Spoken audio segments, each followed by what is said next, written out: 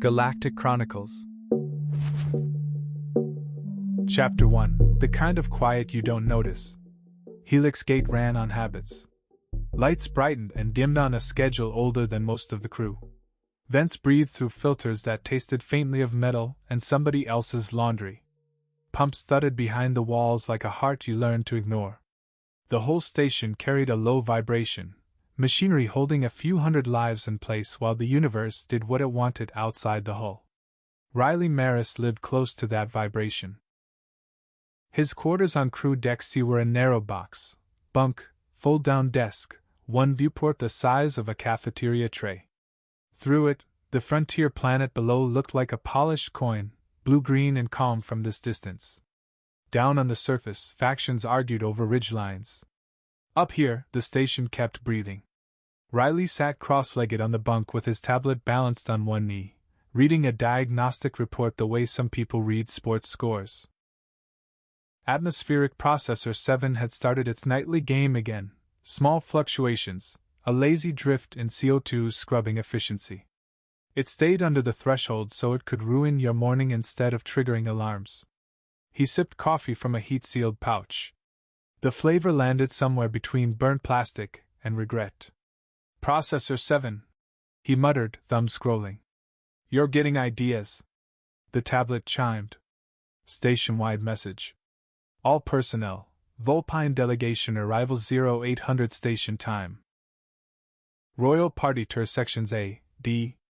Xenocultural sensitivity protocols in effect. Security status, Amber. Riley read it twice. Vulpines. Royal Party. Amber status.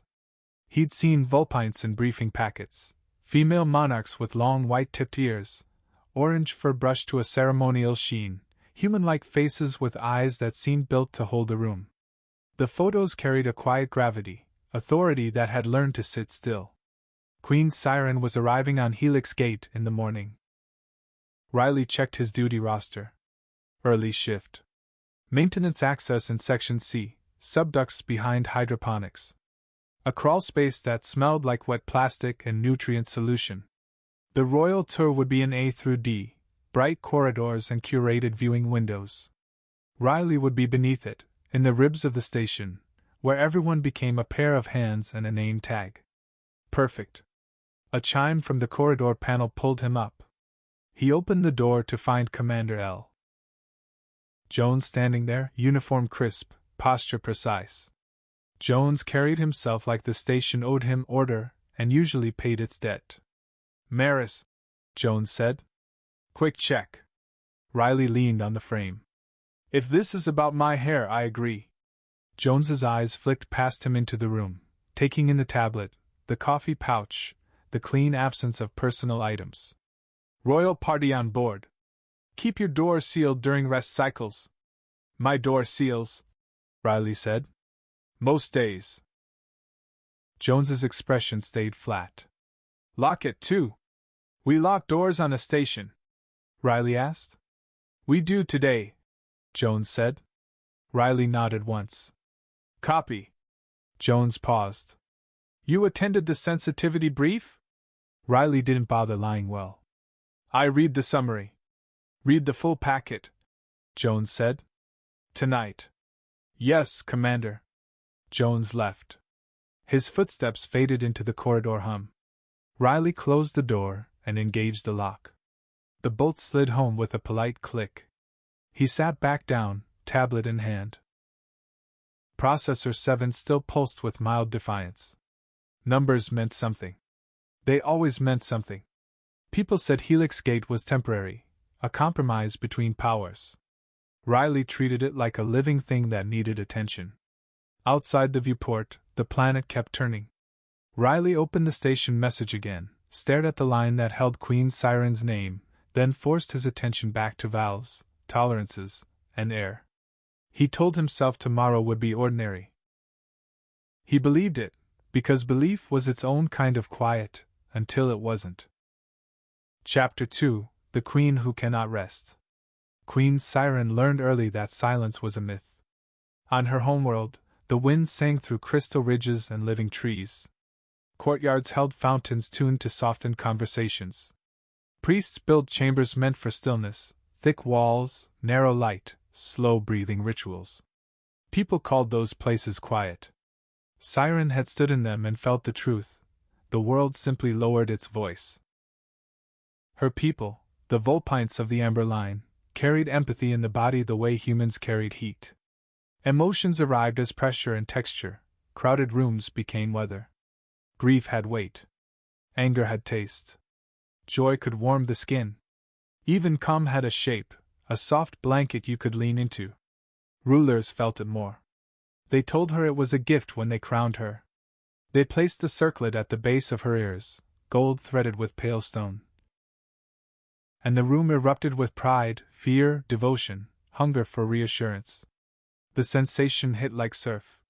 Siren smiled through it, because that was what queens did, and because she had already learned the first law of rule: your face belonged to everyone. 70 years later, she still smiled. The muscles knew the job. The diplomatic shuttle slid into Helix Gate with a precise shudder. The docking collar sealed. Systems exchanged handshakes of pressure and code. Siren stood in the forward chamber with her retinue arranged behind her and practiced geometry, advisors, guards, protocol attendants. Robes hung from her shoulders in layered white and pale ember, embroidered with thin metallic thread that caught station lighting and turned it into soft halos. She could feel the station before the door even opened. Humans were loud to her senses. They carried anxiety like static, and ambition like sharp edges. Even their politeness arrived as tension. Tight smiles, controlled breathing, restrained fear of doing the wrong thing. Their minds ran forward, backward, sideways. Some of them were kind. Some were careless. Most were exhausted. And all of them were thinking about her. The hatch iris opened with a hiss. A receiving line waited beyond.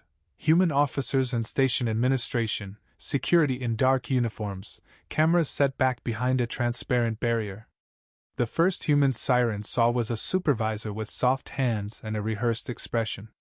He stepped forward and spoke her name with care, as if pronunciation could prevent incident. "Your Majesty. Welcome to Helix Gate." The sound carried in the air. The feeling carried inside her bones. Thousands of impressions pressed toward her at once: excitement from junior staff, resentment from overworked technicians, fear from security, curiosity that tasted almost like hunger. Then the deeper layers: political dread, corporate calculation, the quiet private grief people tried to hide beneath their uniforms. She absorbed it all without permission. Siren offered the proper greeting, her voice steady. "We thank you for hosting us." Her words landed. Their reactions hit her immediately. Relief. Pride. A spike of something like triumph from one of the officials. The crowd's emotional field shifted in response to her tone, as if she had tugged a rope and the whole station leaned. This was her role: regulate the emotional atmosphere the way humans regulated air. She walked the corridor at a measured pace. Her guards matched her stride. The station around her was functional and bare. Straight lines, rounded corners, light panels that never changed color. Helix Gate smelled like metal and antiseptic and recycled water. It reminded her of long journeys and temporary treaties.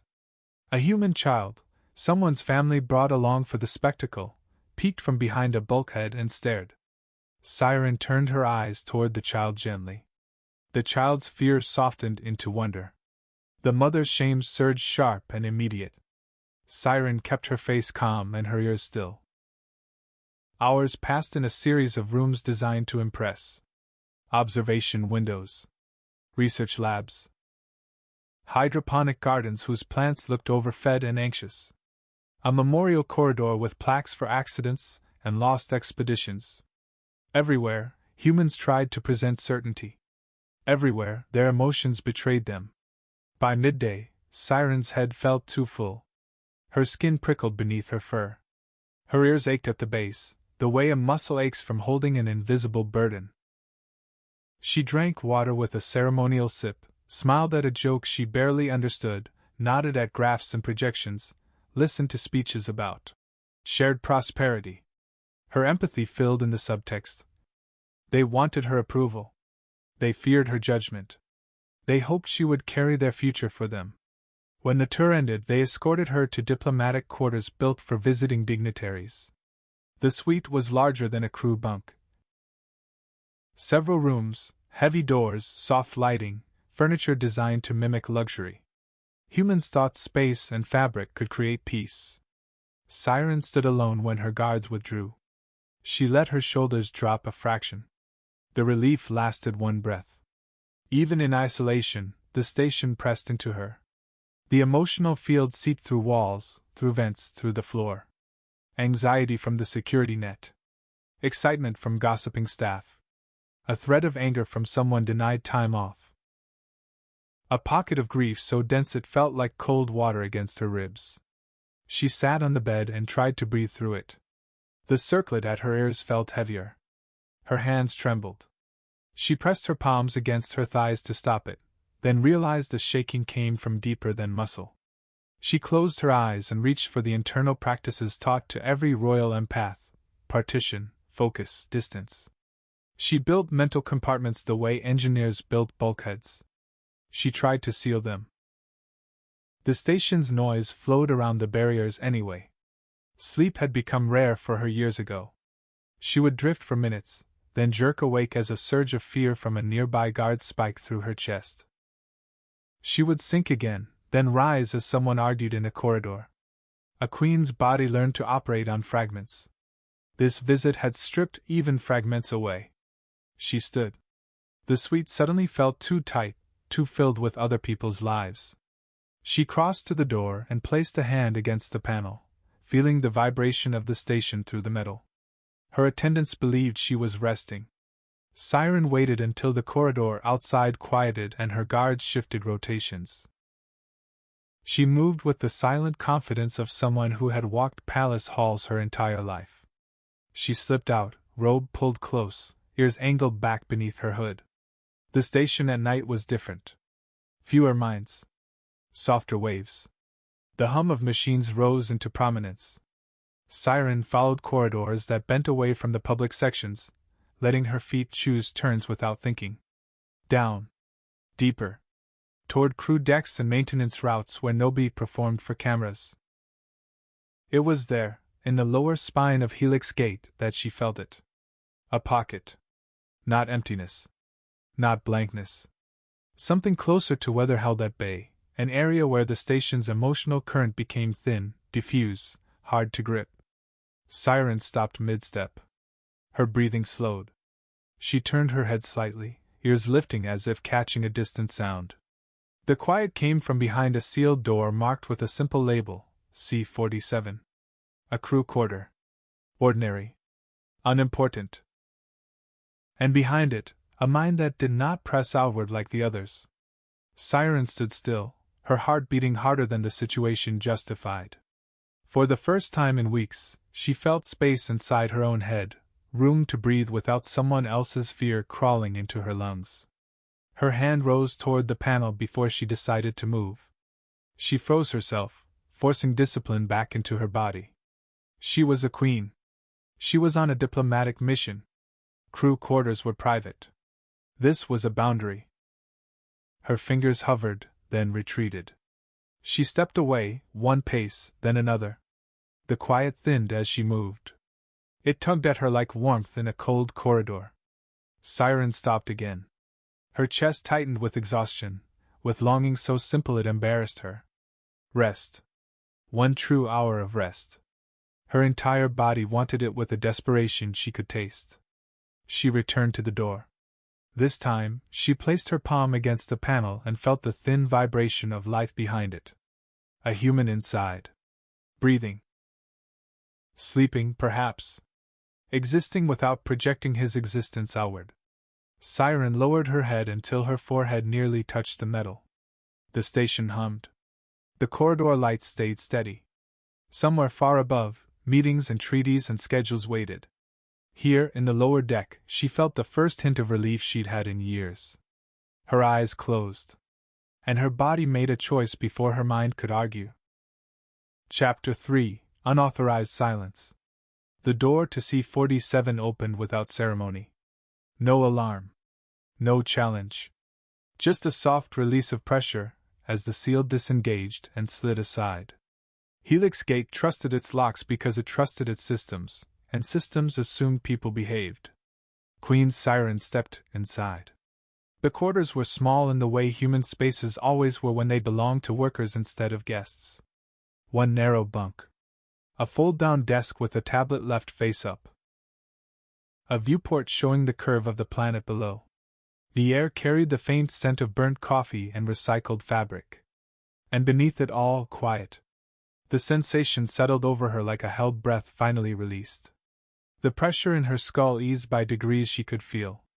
The emotional static that had followed her through corridors and chambers thinned until it lost coherence, breaking apart like mist under sunlight. Siren stood perfectly still, afraid movement would disturb it. The human lay on the bunk, turned slightly on his side. One arm tucked beneath his head, the other resting loosely across his chest. His breathing was slow and unguarded. His face held the softness of someone who had learned to sleep through background noise. Riley Maris, her mind supplied from a briefing she had skimmed days earlier. Environmental Systems Engineer. Low clearance. Minimal profile. Important in no way that should matter. Yet his presence shaped the space around him. His thoughts moved inward, looping gently, observational rather than outward-facing. They did not reach for her. They did not ask anything of her. For an empath who had spent decades carrying other people's needs, the absence of demand felt profound. Siren eased the door shut behind her. The seal whispered closed. She remained standing for several breaths, her body waiting for correction, for the emotional tide to crash back in. It didn't. The quiet held. Her shoulders sagged before she realized they had been tense. The circlet at her ears felt lighter, as if gravity itself had changed. She took one careful step forward, then another, moving as though she walked across thin ice. The quiet followed her.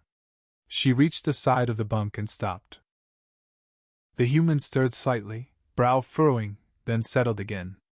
Siren felt a flicker of guilt, sharp and brief. This was his space. His rest. Her body answered that guilt with exhaustion so deep it bordered on pain. She knelt beside the bunk, lowering herself with controlled grace that faltered at the end. Her balance wavered. She caught herself with one hand against the mattress, fingers sinking into fabric still warm from his body. Warmth. It spread through her palm, up her arm, into her chest. The empathic noise she carried dissolved another layer, as if the station itself had retreated a step further away. Siren exhaled, a sound she hadn't meant to make. Riley shifted, his arms sliding outward as he rolled onto his back. His hand brushed her sleeve. The contact sent a ripple through her, a physical echo of the calm already filling her mind. Her heart raced once, fast and startled, then slowed. She should leave. She knew the protocols. She could recite the consequences with clarity. Diplomatic incident. Breach of trust. Scandal. Those thoughts arrived muted, distant, stripped of urgency by the stillness wrapping around her. She eased herself onto the edge of the bunk. The mattress dipped. Riley murmured something incoherent, then turned toward the new warmth at his side. His arm settled across her waist with the unconscious certainty of someone seeking balance in sleep. Siren froze. She waited for panic. For shock. For the emotional backlash that usually accompanied physical closeness. None came. Instead, the quiet deepened. Riley's breathing aligned with her own. His presence shaped the silence more clearly now. Steady, observational even in sleep, his mind narrating its own existence without pushing outward. Siren's vision blurred. Her eyes burned with the effort of staying awake. Carefully, so carefully, she shifted her weight and lay down beside him. She adjusted her robes so they would not bind. She allowed his arm to remain where it had settled, his hand resting lightly against her back. The contact anchored her. She tucked her head beneath his chin, drawn there by instinct rather than intention. His scent, human, faintly metallic, touched with coffee, registered without meaning. What mattered was the absence of noise. Siren closed her eyes. Sleep took her immediately. Deep. Uninterrupted. The kind of rest that bypassed dreams and dropped straight into stillness. For the first time in years, Queen Siren felt nothing pressing against her mind. The station hummed on. And in Crew Deck C, an impossible quiet held. Chapter 4. I slept alone. Riley's first thought was that something had gone wrong with the station. Not catastrophically wrong. Nothing dramatic like hull breach or decompression. This felt subtler. A pressure change, maybe? A difference in weight distribution. The kind of thing your body noticed before your brain bothered to check the logs. He became aware of warmth first. That alone made no sense. His bunk ran cool by design, heat leached away to keep systems efficient. Warmth meant another body, and Riley lived alone in a way that had become procedural. He opened his eyes.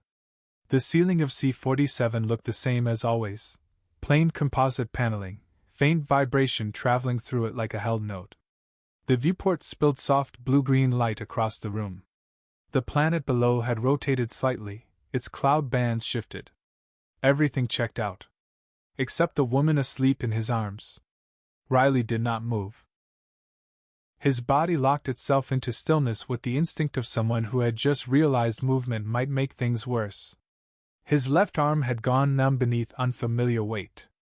His right hand rested against fabric that felt expensive in a way nothing issued by Helix Gate ever did. She was curled into him, head tucked beneath his chin as if that had always been the arrangement. One long ear lay draped across his collarbone, white-tipped fur catching the low light. Her breathing rose and fell slowly, evenly, the rhythm of someone fully unconscious. Queen Siren. His mind stalled, then tried to restart. This was a dream. That explanation arrived first, clean and comforting. The brain often chose the path that required the least paperwork. Dreams borrowed faces, borrowed authority, rearranged the rules of reality without consequence. Riley tested the idea by focusing on sensation. Warmth persisted. Weight persisted. The faint vibration of the station traveled through both of them, synchronized. The fabric beneath his fingers creased when he shifted them a fraction of an inch. Dreams didn't do continuity this well. His heart rate spiked, then steadied into something tight and fast. He kept his eyes on the ceiling, afraid that looking directly at her again would escalate the situation from impossible to irreversible. He replayed the previous night with methodical care. He'd finished his coffee. Checked processor 7. Locked his door, because Commander Jones had told him to. Read half a briefing packet and decided human Vulpine diplomatic etiquette sounded exhausting. Shut off the lights. Slept. Alone. Aggressively alone. He was certain of that. Siren shifted in her sleep. Her brow creased, ears angling back slightly, then relaxing again. Her hand tightened in the fabric of his sleep shirt, fingers curling as if anchoring herself. Riley's breath caught despite his best efforts. The contact felt intimate in a way that bypassed thought and went straight to something animal and unhelpful. He closed his eyes and opened them again. Still there. His internal monologue, usually a reliable narrator, began speaking faster. Okay. Options.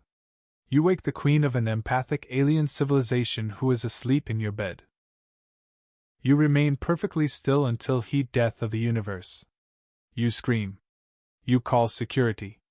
You pretend to be dead. He rejected the screaming option immediately. Helix Gate had thin walls and a low tolerance for incidents involving royalty. Calling security ranked just below screaming. He pictured Commander Jones arriving with a squad, finding Riley tangled with the Queen, and having to file a report that began with, "Upon entry, subject was spooning." Pretending to be dead had appeal but lacked sustainability. Siren stirred again, this time with intent. Her breathing changed first, growing shallow for a moment before settling into a different rhythm. Awareness crept into her posture like a tide coming in. Riley froze harder, if that was possible. Her eyes opened. They were luminous even in low light, catching the planet's reflection and holding it. For a fraction of a second, confusion passed across her face. Then relief followed so quickly it felt like a physical release in the room. "You're here," she said softly. Riley swallowed. His mouth felt dry, like he'd spent the night breathing station air through a filter that needed replacing. "I live here," he managed. "So, yes."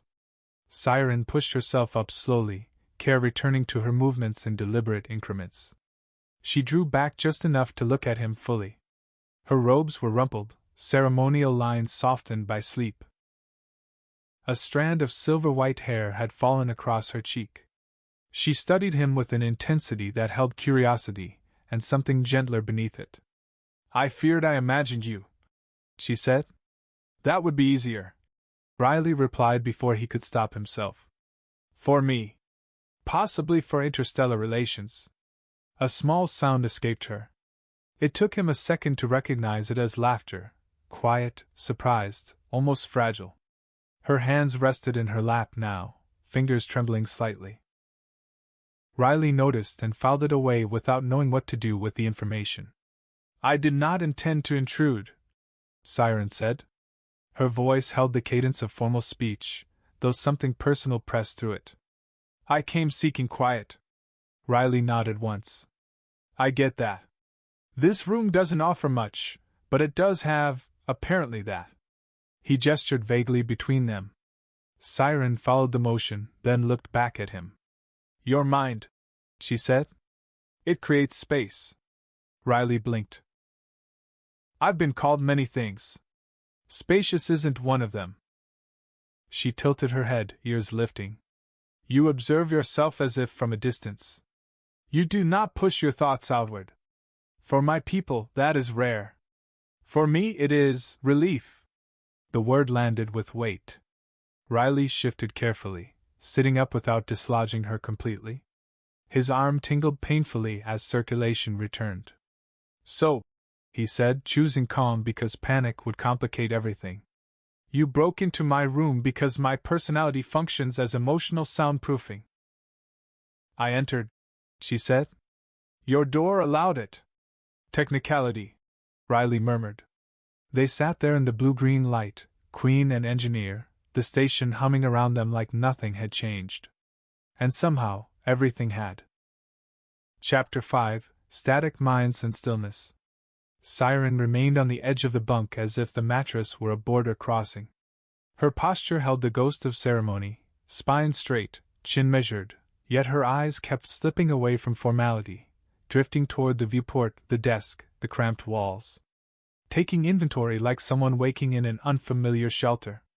Riley sat with his back against the wall panel, knees drawn up, hands clasped loosely in front of him. He wanted to reach for his tablet, for data, for something that behaved. He didn't. The room already felt balanced on a pin. "How long have you been awake?" he asked. Siren's ears angled slightly, a small shift that read as consideration. "Since you spoke." "Okay," Riley said, then realized his voice had the softness people used in sick rooms. "You said my mind creates space. Explain that part like I'm a filter technician." Her mouth curved almost imperceptibly. "You are a filter technician." "Environmental systems," Riley corrected automatically. Siren nodded once, accepting the correction as if it mattered. "My people sense emotion the way your instruments sense composition. Fear, joy, grief, desire, each has a signature. Texture. Weight. When many minds gather, the signatures overlap. They become heavy." Riley's gaze dropped to her hands. The trembling had eased, though her fingers still held tension, as if she were keeping herself contained. "For most of my life," Siren continued, "I have existed inside that overlap. Every room. Every corridor. Every conversation. My guards hold vigilance like a blade that never dulls. My advisors carry anxiety beneath their words. My people send devotion that presses like heat. Even kindness has weight." Riley let that sit. The station hum seemed louder in the pause, like it wanted to fill the space between them. And you can't tune it out? He asked. Siren's eyes met his. No. My rank requires closeness. My sensitivity increases with age. It has become a prison built from other minds. Riley exhaled slowly. That sounds unbearable. It is, she said, and her composure cracked on the final syllable. A tired honesty, raw around the edges. She looked down at her lap. I stopped sleeping in full cycles years ago. Minutes at a time. Then waking. Then minutes again. On this station, with so many humans watching and fearing and calculating, the noise became sharper. I felt myself thinning. Riley's throat tightened for reasons he didn't want to name. He cleared at once. So you wandered into crew decks. I wandered into quiet. Siren corrected gently. You're quiet. Riley gave a small laugh that came out wrong, thin and dry. My mind has never been described that way. Siren studied him as if she were mapping the shape of his thoughts. You turn inward. You narrate yourself. You judge yourself. You make humor into a buffer. It creates static that dissolves projection. I can stand near you and the station fades. I can breathe. Riley stared at her, then at the floor, then back at her. So I'm like emotional insulation. Yes. It landed with absurd clarity. Riley rubbed his face with one hand, then let it fall. You chose the worst possible method for getting insulation. I did not choose, Siren said. I moved toward relief, and then my body finally took it. Riley's eyes went to the door. The lock indicator glowed steady. Commander Jones told me to lock my door last night. Siren's ears flicked, surprise, annoyance, both. He did. Apparently he has instincts. Siren's gaze sharpened for a moment, queenhood flashing through exhaustion. He is vigilant. I felt him in the corridor hours before I saw him. Riley nodded slowly. So you can't keep doing this. Someone will notice.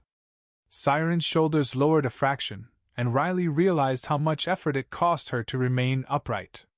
I return to my suite and the weight returns immediately, she said. I will endure it. I always do. The sentence sounded practiced, like a script repeated until it became truth. Riley's chest tightened again. He hated that he understood endurance too well. He understood living inside systems that kept working while something inside you frayed. He looked at her. Female humanoid Vulpine, vibrant orange fur at the edges of her hood, white-tipped ears that carried jewelry and meaning, hands that looked human until you noticed the fine fur at the wrists. A queen who had to carry a whole crowd inside her skull. Your schedule, he said. How many days on station? 4, Siren replied.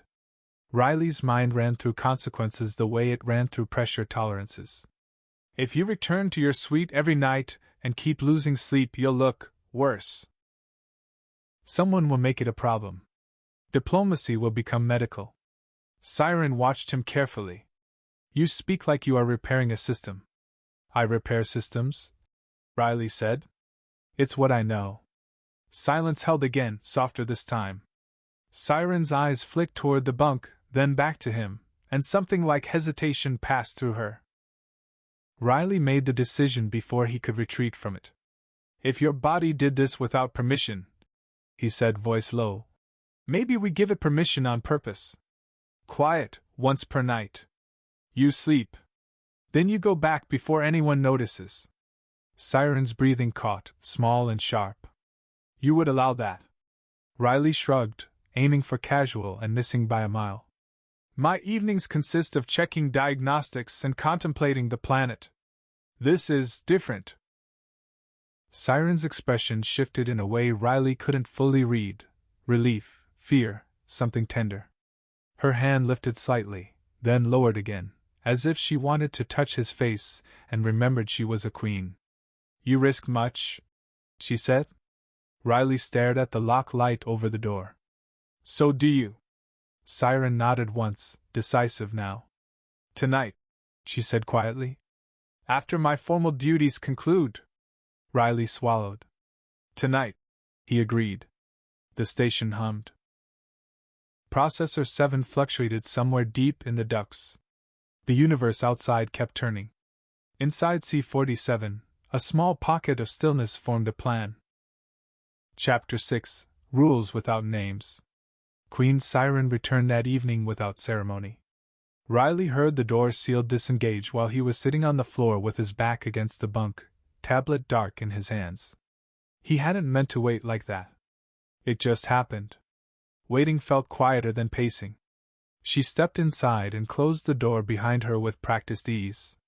Her formal robes were immaculate again, folds restored, posture reclaimed. The circlet at her ears caught the light. Anyone seeing her now would recognize authority without question. Only her eyes betrayed her. They looked tired in a way sleep could fix but duty would not. "You were not followed," she said. Riley nodded. "Commander Jones is thorough, but predictable. Shift rotation bought us 12 minutes. 12, she repeated softly, then exhaled. The sound stripped something formal from her voice. "That is generous." She moved farther into the room, slower than before, as if the space itself asked for care. Riley stood, unsure what to do with his hands, his posture suddenly too casual for the presence of a monarch. "You don't have to," he started. "I know," Siren said. "But I wish to." She removed her circlet first, setting it carefully on the desk. The air in the room changed when she did, a subtle easing Riley felt more than understood. She unfastened the outer layer of her robes next, folding them with ritual precision before placing them beside the circlet. What remained was simpler. Pale fabric. Less weight. Riley looked away instinctively, then felt foolish and looked back. She noticed and the corner of her mouth lifted. "You are uncomfortable," she observed. "I'm aware of the power imbalance," he said. "And my bed." Siren studied him for a long moment. "In this room," she said, "I am simply Siren." The name landed differently without the title attached. Lighter. Closer. They sat on opposite sides of the bunk, space between them deliberate. The station's hum threaded through the silence, steady and familiar. Siren lay down first. Not collapsing. Choosing. She turned on her side, facing the wall, hands folded near her chest. Her breathing stayed shallow, controlled, waiting. Riley hesitated only a moment before lying beside her. He kept distance at first, back pressed to the wall panel, staring at the faint reflection of the planet in the viewport. His body felt acutely present, every nerve aware of proximity. Minutes passed.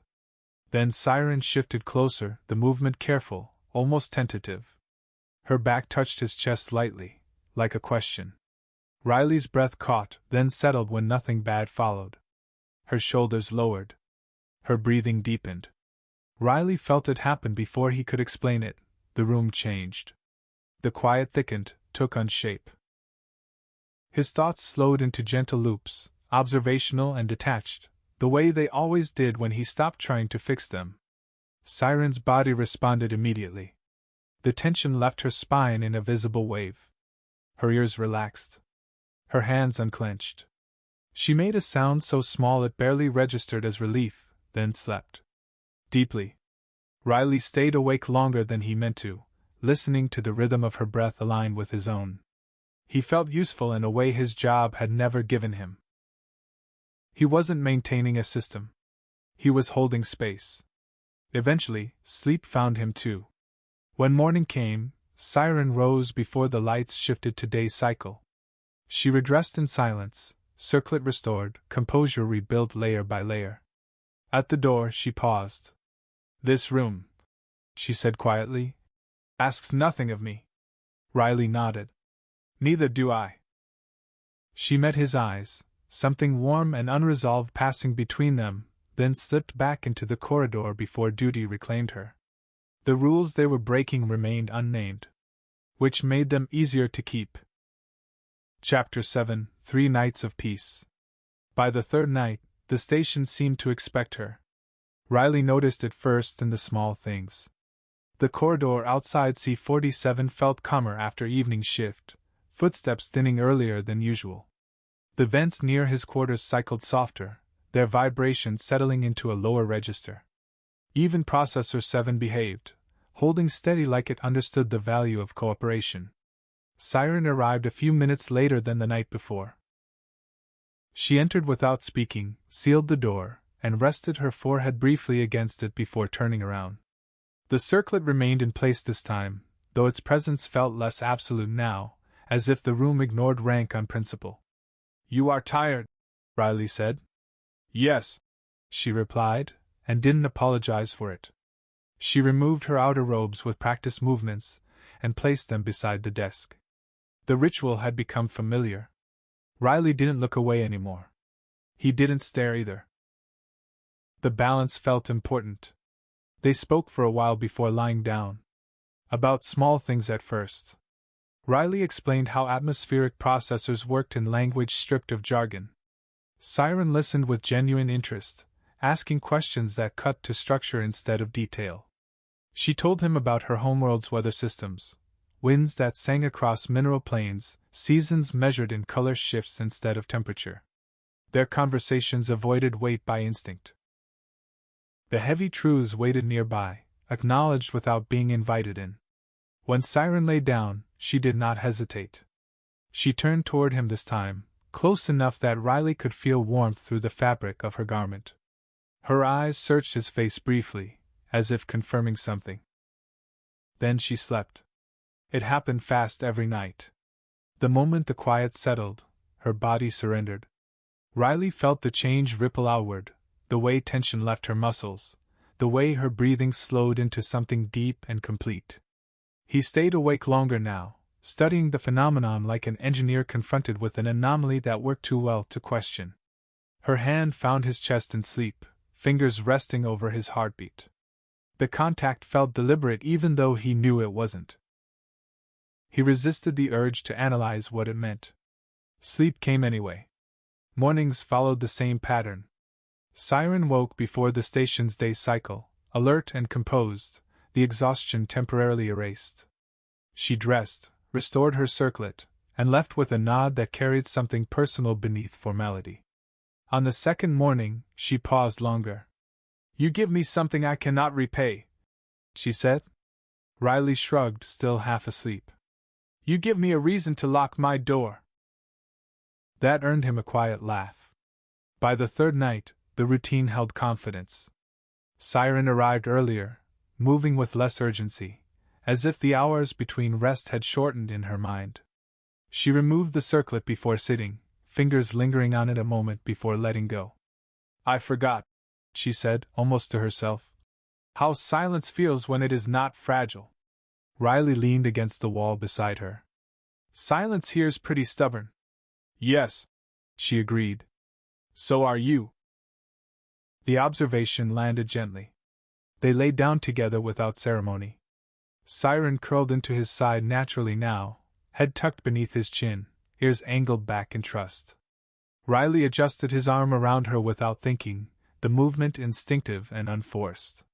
He felt something unfamiliar then, not urgency, not fear, not longing sharpened into pain. Something steadier. A quiet sense of alignment. Later, in the darkness, Siren spoke without opening her eyes. "Your people scatter themselves among the stars," she said. "Does that not make you lonely?" Riley considered the question. "It gives us somewhere to put the loneliness." She absorbed that in silence. When she slept, Riley closed his eyes sooner than before. For 3 nights, peace lived in C-47. And neither of them spoke about how rare that made it. Chapter 8: What Grows in Quiet. The 4th night felt different before either of them named it. Riley noticed it in the way Siren paused at the door after sealing it, her hand resting against the panel longer than necessary. Her posture held composure, yet something beneath it moved unevenly, like a system running slightly out of sync. "You're late," Riley said gently. She nodded once. "The final briefings ran long."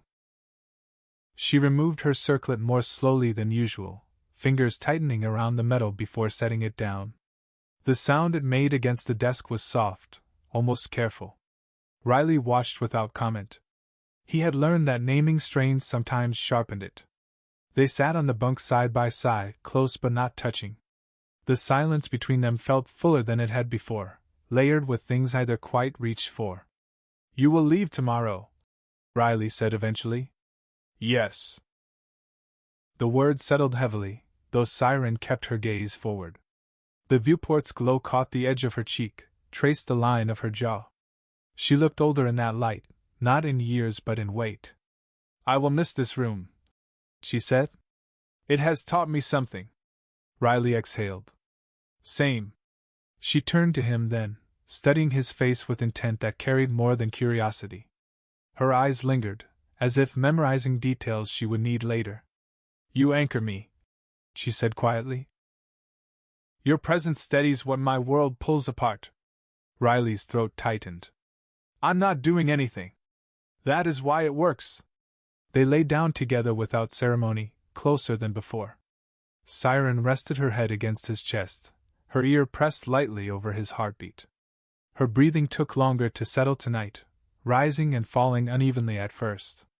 Riley remained still, listening, adjusting his own rhythm to meet hers. He felt her body relax in stages, tension loosening as if unknotted one strand at a time. Sleep came for her eventually, deep and complete. For Riley, it stayed distant. He lay awake, staring at the ceiling, aware of her warmth and weight in a way that felt newly significant. His mind moved through its familiar observational loops, yet something threaded through them now, an awareness of time passing, of an end approaching. Siren shifted in her sleep, her hands sliding across his chest before coming to rest lower, protective without intention. Riley noticed the gesture, noted the way it lingered. A thought surfaced and passed without form. When morning came, Siren woke slower than usual. She remained still for several breaths, eyes open, listening to the station's hum.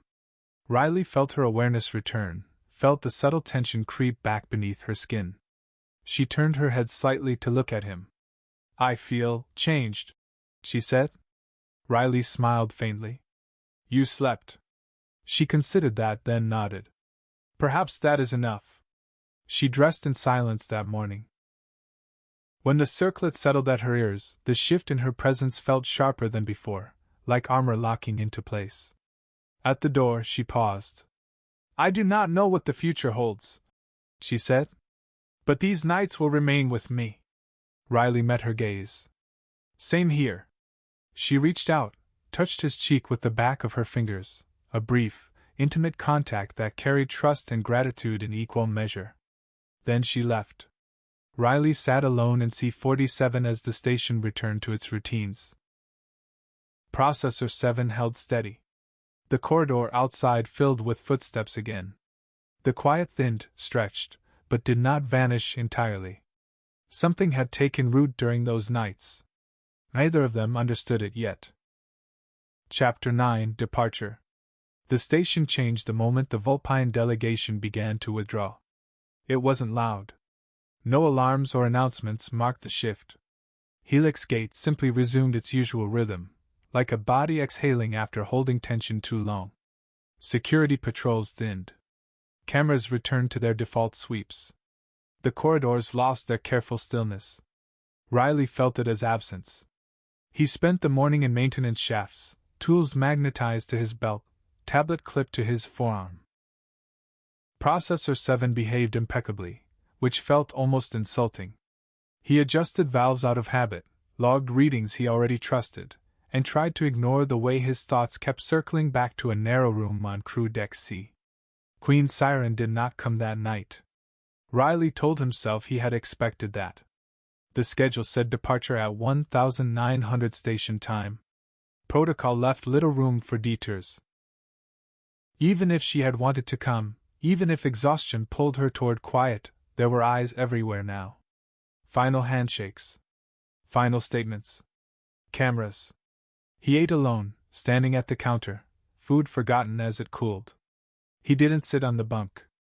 The room felt different with no one else to shape the space. The lock light over the door stayed steady. At exactly 1900, the station vibrated with the controlled force of docking clamps disengaging. Riley paused mid-step, one hand braced against the wall, and felt the faint shudder pass through metal and bone alike. Somewhere above him, a ship carried her away. He returned to work because routine offered structure when thought did not. He stayed late, volunteering for an extra inspection round that no one argued with. His supervisor thanked him with distracted relief. By the time Riley returned to C-47, the planet outside the viewport had turned fully dark, city lights glinting faintly across its surface. He sat on the edge of the bunk and stared at the space where Siren had slept. The quiet remained. It was thinner now, stretched, but still present, like an echo that refused to fade. Riley lay back and closed his eyes, listening to the hum of the station, letting his mind narrate itself into stillness. Sleep came eventually. It was shallow. Queen Siren's ship cut cleanly away from Helix Gate, thrusters burning with ceremonial restraint. She stood alone in her private chamber, hands resting against the cool surface of the viewport as the station diminished into a lattice of light. The noise returned the moment distance opened. Her guard's vigilance pressed in first. Then the anxious hum of advisors reviewing outcomes, rehearsing future tensions. The emotional field of her people reached for her across vacuum and distance, eager and unrelenting. Siren steadied herself against the glass. She had expected the weight. She had trained for it. She had ruled beneath it for decades. And yet, her body faltered. A wave of dizziness rolled through her, sudden and disorienting. She inhaled sharply, fingers tightening until her joints ached. Her breathing came uneven, as if the air itself resisted her. She closed her eyes and focused inward. Something felt wrong. Not pain. Something quieter. A subtle imbalance beneath the noise. Her body carried a new awareness, faint but insistent, like a signal just beginning to form. Siren lowered herself onto the seating platform and pressed a hand against her abdomen, ears angling back as she listened to herself with the same care she gave entire worlds. Her breath steadied. The sensation passed. She remained still for a long time after, allowing the ship to carry her farther from the station, farther from the only place she had rested without effort. In the silence of her chamber, brief, fragile silence, Queen Siren wondered if the quiet she had found had left something behind. Something that had begun to grow. Chapter 10: The Return. Queen Siren did not announce her decision. She felt the change in her body over days rather than moments. Subtle shifts first, fatigue that lingered longer than expected, a faint heaviness low in her abdomen that arrived without pain. Her empathic senses, usually outward-facing, kept circling inward, returning to the same quiet signal again and again. It took confirmation from her physicians to give the feeling a name. The chamber was sealed. Trusted attendants stood at the perimeter, their emotional fields tightly controlled. The physician spoke with care, voice steady, posture respectful. "Your Majesty," she said, "your body carries new life." The words did not strike Siren with shock. They settled. Her hands rested against her abdomen, fingers spread as if memory guided them.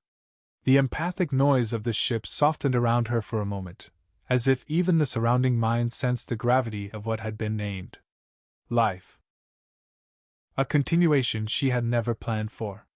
A future that had formed quietly, without ceremony, without permission. Riley's face surfaced in her mind immediately. His stillness. His presence. The way her body had learned to rest against his without fear. The child carried his imprint in ways deeper than biology. The quiet itself had shaped it. Siren dismissed the attendants and remained alone, seated in the low light of her chamber. For the first time since leaving Helix Gate, the weight of her people did not feel like the central truth of her existence. Another truth had taken hold. She spent the next day in deliberation that had nothing to do with diplomacy. Her advisors spoke of treaties and follow-up correspondence. Her guards reviewed security protocols. Siren heard them, responded where required, fulfilled her role with practiced clarity. Beneath it all, Her mind stayed anchored to a single decision. Riley deserved to know. The thought carried no sense of obligation or ceremony. It felt personal. Human. A need to share what had grown in the space they had created together. Siren arranged the return quietly, framing it as a brief diplomatic clarification. Helix Gate remained a neutral waypoint.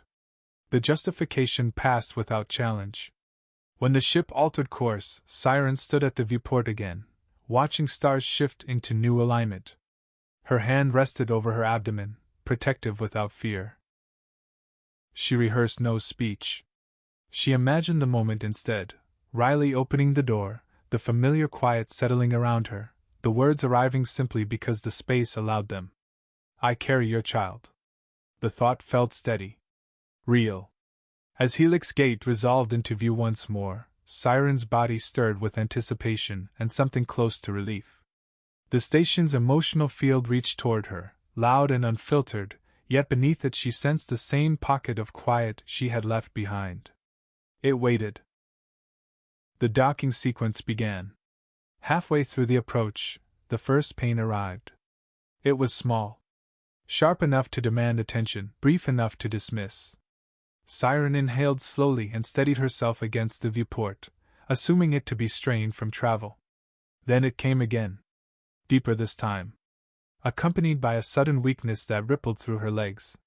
Siren's ears pinned back as she reached for internal stillness, searching her body with the same sensitivity she used to read others. The signal inside her wavered. Her breath shortened. She pressed her palm firmly against her abdomen, instinct overriding composure. Something had shifted. Something vital had lost its alignment. The ship's systems announced final approach. Siren did not hear them clearly. Her vision narrowed. The empathic noise of the station surged toward her as the ship drew closer, crashing inward with a force she had never felt so sharply before. She sank to her knees. By the time the docking clamps engaged, Queen Siren understood. The quiet she had carried was breaking, and there was nothing she could do to stop it. Chapter 11. The Journey Breaks Her. The pain did not arrive as violence. It came as collapse. Queen Siren lay on the floor of her chamber while the ship completed docking procedures around her, metal locking to metal with ceremonial precision. Her guards stood frozen at the perimeter, their discipline straining against panic that spiked sharp and immediate. The empathic field of the ship convulsed as fear rippled outward from her position. Siren lifted one trembling hand. "Leave," she said, voice low but absolute. They hesitated only a fraction of a second before obedience asserted itself. The chamber sealed. Silence followed, thin and artificial. Her body curled inward without instruction. The pain moved in waves now, deep and pulling, as if something within her were slipping out of alignment piece by piece. She pressed her forehead to the floor, breath shallow, ears flat and tight against her skull. She searched inward again. The quiet she had carried since Helix Gate flickered, dimmed, then fractured. The signal she had sensed, soft, insistent, alive, wavered once, twice, then receded beyond reach. Siren understood the moment before it finished. Grief struck after, heavy and immediate, a density that stole air from her lungs. She made no sound. Queens did not cry aloud.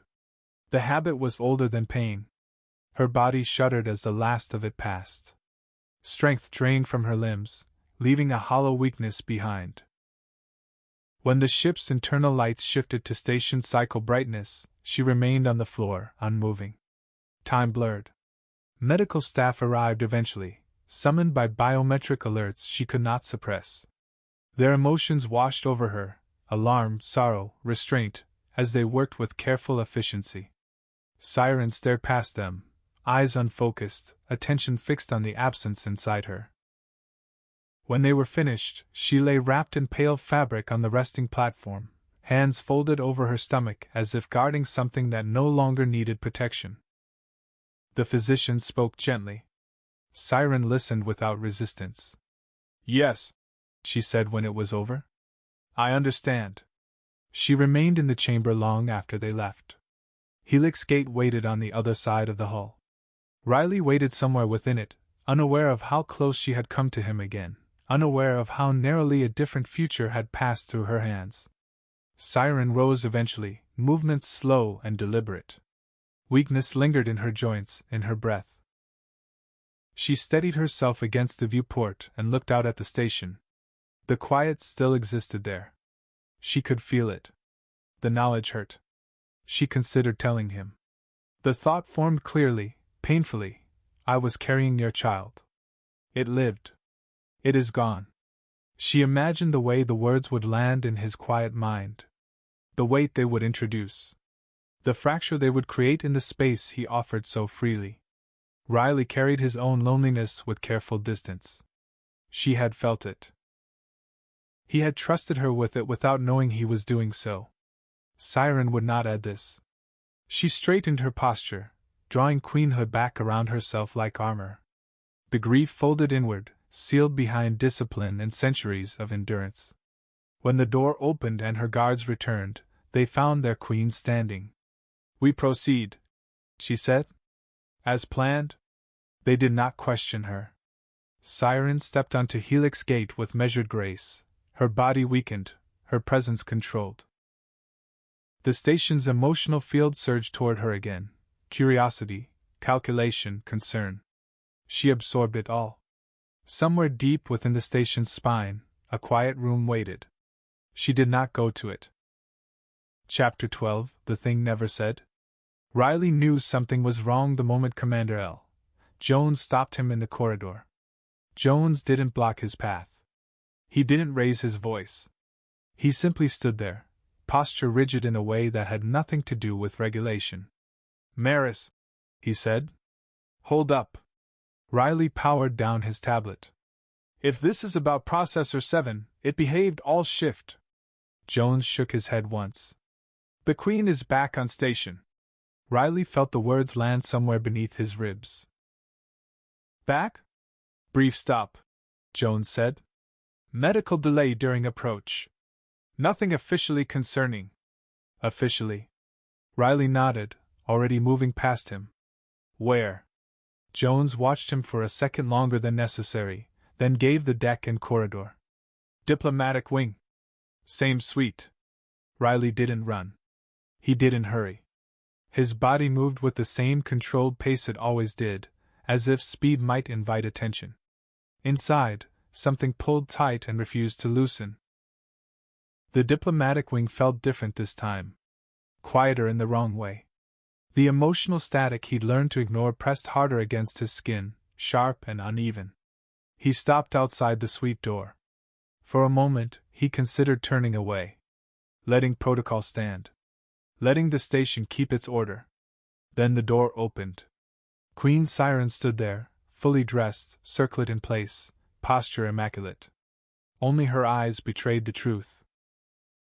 They looked dimmer somehow, as if something essential had gone out behind them. Riley, she said. Relief surged through him, immediate and unfiltered. You're sick, he said before he could stop himself. Siren inclined her head slightly. I experienced a complication during transit. He stepped closer without thinking.